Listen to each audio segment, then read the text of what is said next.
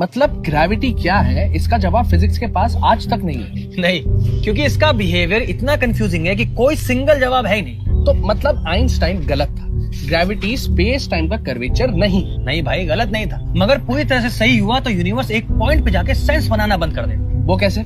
चल इसको ऐसे समझते हैं कि मान ले कि ये कोई डाइंग स्टार है जो कि कोलैप्स हो रहा है, तो एक कोलैप्स होते होते क्या बन जाएगा? ब्लैक होल, जैसा कि एक आइंस्टाइन की थ्योरी बताती है। करेक्ट, मगर इस थ्योरी के हिसाब से ये कंप्रेशन कभी रुकेगा ही नहीं और ये कंप्रेस होकर बन जाएगा एक पॉइंट, एक सिंगल इनफिनाइटली डेंस पॉइंट। एक मिनट भाई, पॉइंट का तो कोई डिमेंशन होता नहीं है, तो क्या एक 3D ऑब्जेक्ट कंप्रेस होते होते एग्जिस्टेंस ही छोड़ देगा? बिल्कुल सही, जिसको कहते हैं सिंगुलैरिटी, जहां जाके फिजिक्स के सारे लॉस ब्रेक हो जाते हैं। उससे क्या होगा? उससे ये साबित होता है कि या तो ये थ्योरी कंप्लीट नहीं है या फिर universe without any reason existence में आ गया, जैसे कि किसी ने इसको कहा कि बन और ये बन गया।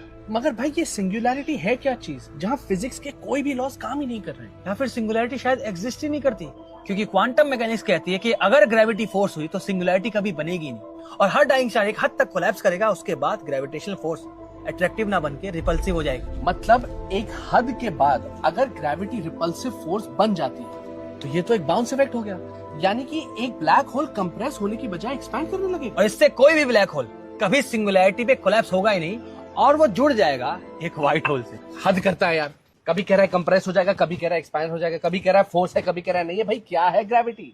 फोर्स है या स्पेस टाइम का कर्वेचर? शायद दोनों, या फिर दोनों ही नहीं। ये स्ट्रिंग थ्योरी तो कहती है कि शायद ग्रेविटी एक हायर डायमेंशन की फोर्स है जो कि हमारे 3D वर्ल्ड में लीक कर रही है। ये क्या आफत है भाई? इसके लिए एक नई वीडियो बनाऊंगा।